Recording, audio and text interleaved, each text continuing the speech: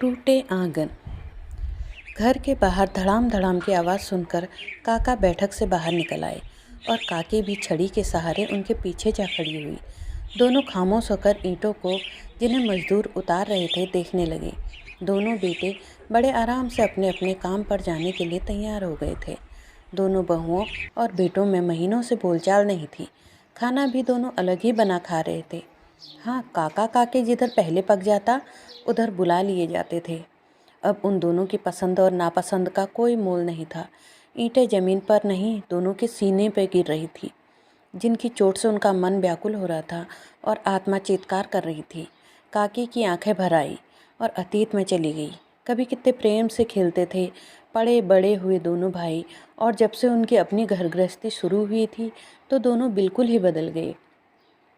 बोलचाल तो महीनों सालों से बंद पड़ी थी और अब तो एक दूसरे की शक्ल तक देखना मुश्किल हो रहा था। रात बड़े बेटे ने तो कह दिया था, पापा जी, बंटवारा तो हुआ सा ही है, अब अगर दीवार भी लग जाती आंगन में तब ज़्यादा सही रहता। लेकिन बेटा, आप तो रहने ही दीजिए, हम बाहर कहीं जाकर रह लेंगे। छोटे बेटे की धमकी ने तो जैसे उनको भीतर तक हिला दिया था। सुनो जी, लगवा दीजिए दीवार आंगन में, कम से कम दोनों रहेंगे तो एक ही दीवार के बीच में। अम्मा ने दोनों के जाने के बाद कहा।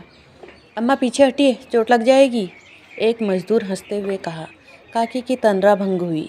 इस चोट से, घर में लगी दीवार से बड़ी चोट तो शायद ही होगी, कहती हुई काकी आंसू पोंछती हुई घर में आ गई। आपको ये कहानी कैसी लगी कमेंट करके ज़रूर बताएं। चैनल सब्सक्राइब करें और बेल नोटिफिकेशन ऑन करें। वीडियो अच्छी लगी तो लाइक और शेयर करें। मिलते हैं अगले वीडियो में, तब तक के लिए राधे राधे, हरे कृष्णा।